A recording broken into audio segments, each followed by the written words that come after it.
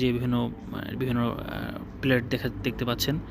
আরবিতে কিন্তু এখানে কালেমা দেখতে পাচ্ছি আমরা, এবং হচ্ছে এই 7 স্লিপার্স যারা, তাদের নামগুলো কিন্তু তৎকালীন বাদশাহ লিখে রেখেছিলেন, যেটা হচ্ছে পাথরে খোদাই করে। দর্শক শ্রোতা, আমি আপনাদেরকে ঘটনা বলছিলাম।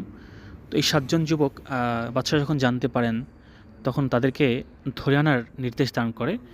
এই 7 জন যুবক তখন তারা শহর ছেড়ে এই গুহাতে এসে অবস্থান গ্রহণ করে, এবং আল্লাহ তাআলা তাদেরকে 309 বছরের একটি ঘুমের রাজ্যে আল্লাহ তাদেরকে নিয়ে যান। আল্লাহ তাআলা ইরশাদ করেছেন, আর আপনি তাদেরকে জাগ্রত মনে করবেন, অথচ তারা ছিল নিদ্রিত। আর আমি তাদের পার্শ্ব পরিবর্তন করে দিতে থাকি, ডান দিকে এবং বাম দিকে। আর তাদের সাথে যে কুকুর সম্মুখের পা দুটি বিস্তার করে গুহার মুখে বসেছিল, যদি আপনি তাদের দিকে উকি দিয়ে তাকাতেন, তবে আপনি তাদের অবস্থা দর্শনে ভয়ে আতঙ্কগ্রস্ত হয়ে পড়তেন এবং পিছ ফিরে পলায়ন করতেন। অর্থাৎ আপনারা জানেন যে এই কুকুর, 7 জন যুবকের সাথে একটা কুকুর কিন্তু তাদের সাথে ছিল, এবং পরবর্তীতে যখন বাইজেন্টাইন ওই সম্রাট যখন তিনি তাদেরকে পিছু করলেন, তখন এই কুকুরের ভয়ে কিন্তু তারা পলায়ন করেছিল।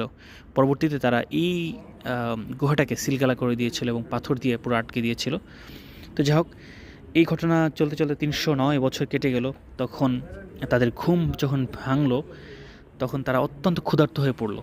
তখন তাদের একজন বলল যে, তোমাদের কাছে কার কাছে কী আছে দাও। তখন একজনের পকেটে কিছু কয়েন ছিল তৎকালীন সময়ের। তো তারা মনে করেছিল হয়তো তারা এক রাত্র ঘুমাইছে বা একদিন তাদের অতিবাহিত হয়েছে।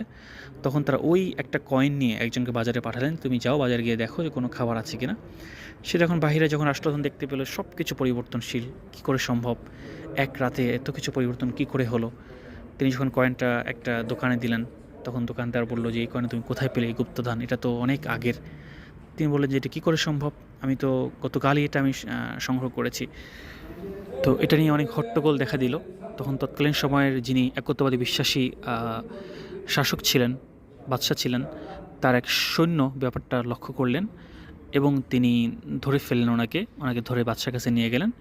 এরপর এখানে অনেক ঘটনা আছে। বাদশা তারপরে তাদের কাছ থেকে সব বর্ণনা বিস্তারিত শুনলেন এবং তাদের প্রাচীন নথিপত্র ঘেঁটে দেখলেন যে 7 জন যুবকের নাম যেখানে লিপিবদ্ধ রাখা হয়েছিল, যারা পলায়ন করেছিল। তখন তাকে জিজ্ঞেস করলেন যে, তুমি বলো তো 7 জনের নাম কি। তখন ওই যুবক তার সাথী সঙ্গীদের সবার কথা বলল। তখন বাদশা তাদের ওই যুবককে নিয়ে ওই যে তাদের গুহাতে গেলেন তাদের সাথে কথা বলার জন্য। তো গুহার ভিতরে সে প্রবেশ করে বলল, সব কাহিনী সে খুলে বলল তার সাথী সঙ্গীদেরকে। এবং পরবর্তীতে সময় বাদশাহ তাদের সাথে দেখা করতে চাইলেন, কথা বলতে চাইলেন। পরবর্তী সময় ওই যুবক তারা বললেন যে, আমরা আল্লাহর নিকট একটু